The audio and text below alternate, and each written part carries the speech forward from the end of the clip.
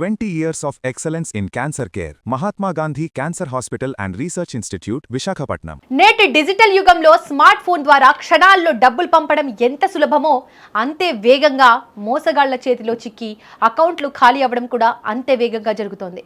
కళ్ళు మూసి తెరిచేలోపు కష్టార్జితం మాయమవుతున్న వేళ భారత రిజర్వ్ బ్యాంక్ రంగంలోకి దిగింది. ఆన్లైన్ ఆర్థిక నేరగాళ్ల గుండెల్లో రైళ్లు పరిగెత్తించేలా సరికొత్త నిబంధనలు తీసుకురాబోతోంది. ఇకపై మీరు పొరపాటున ఎవరికైనా డబ్బులు పంపినా లేదా మోసగాళ్ల ట్రాప్ లో పడి బదిలీ చేసినా ఆ డబ్బును వెనక్కి తెచ్చుకునే అవకాశం మీకు లభించనుంది. అది ఏ విధంగా అంటారా? చూడండి.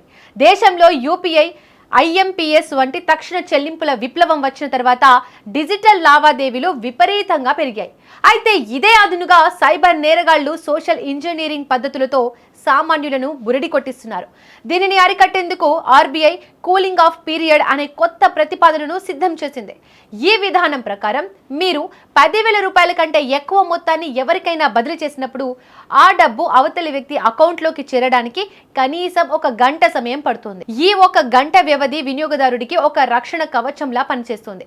ఒకవేళ పొరపాటున డబ్బులు పంపినట్లు గుర్తిస్తే ఆ గంటలోపు ట్రాన్సాక్షన్ ను రద్దు చేసుకునే వెసులుబాటు కల్పిస్తున్నారు. 2026 నాటికి దేశంలో ఆన్లైన్ మోసాలు దాదాపుగా 22,000 కోట్లకు చేరుతాయనే అంచనాలతో ఆర్బీఐ ఈ కఠిన నిర్ణయానికి వచ్చింది. ముఖ్యంగా వృద్ధులను లక్ష్యంగా చేసుకుని జరుగుతున్న మోసాల పట్ల ఆర్బీఐ మరింత అప్రమత్తమైంది. 70 ఏళ్లు పైబడిన వారు 50,000 కంటే ఎక్కువ డబ్బు బదిలీ చేయాలనుకుంటే వారికి తెలిసిన ఒక విశ్వసనీయ వ్యక్తి అనుమతి తప్పనిసరిగా చేసే దిశగా ఆలోచన చేస్తోంది.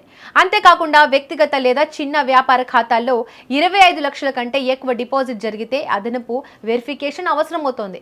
ఒకవేళ మీ అకౌంట్లో ఏదైనా అనుమానాస్పద లావాదేవీ జరుగుతుందని అనిపిస్తే వెంటనే అన్ని డిజిటల్ సేవలను ఆపివేసేలా కిల్ స్విచ్ అనే ఆప్షన్ ను కూడా తీసుకురానున్నారు. అయితే ఈ నియమం వల్ల అత్యవసర లావాదేవీలకు ఇబ్బంది కలుగుతుందని ఆందోళన చెందాల్సిన పని లేదు. మీరు తరచుగా డబ్బులు పంపే వ్యక్తులను వైట్ లిస్ట్ లో చేర్చుకుంటే వారికి పంపే డబ్బు వెంటనే చేరుతుంది. అలాగే వ్యాపార చెల్లింపులు, చెక్కులు, ఈ మాండేట్ వంటి వాటికి కూడా ఈ నియమం వర్తించదు. మీరు ఏదైనా అనుమానాస్పద లేదా అంతకు ముందే కంప్లైంట్స్ ఉన్న అకౌంట్ కు నగదు బదిలీ చేసినప్పుడు మాత్రమే ఇలాంటి ఆప్షన్ వర్తించే అవకాశం ఉంది. ఈ కొత్త గైడ్ లైన్స్ పై ప్రజల నుండి మే 8, 2026 అభిప్రాయాలను సేకరించనున్న ఆర్బీఐ ఆ తర్వాత తుది నిర్ణయం ప్రకటించనుంది. డిజిటల్ చెల్లింపుల్లో వేగం కంటే భద్రత ముఖ్యమని భావిస్తున్న ఆర్బీఐ ఈ చర్యల ద్వారా సామాన్యుడి సొమ్ముకు భరోసా కల్పించనుంది.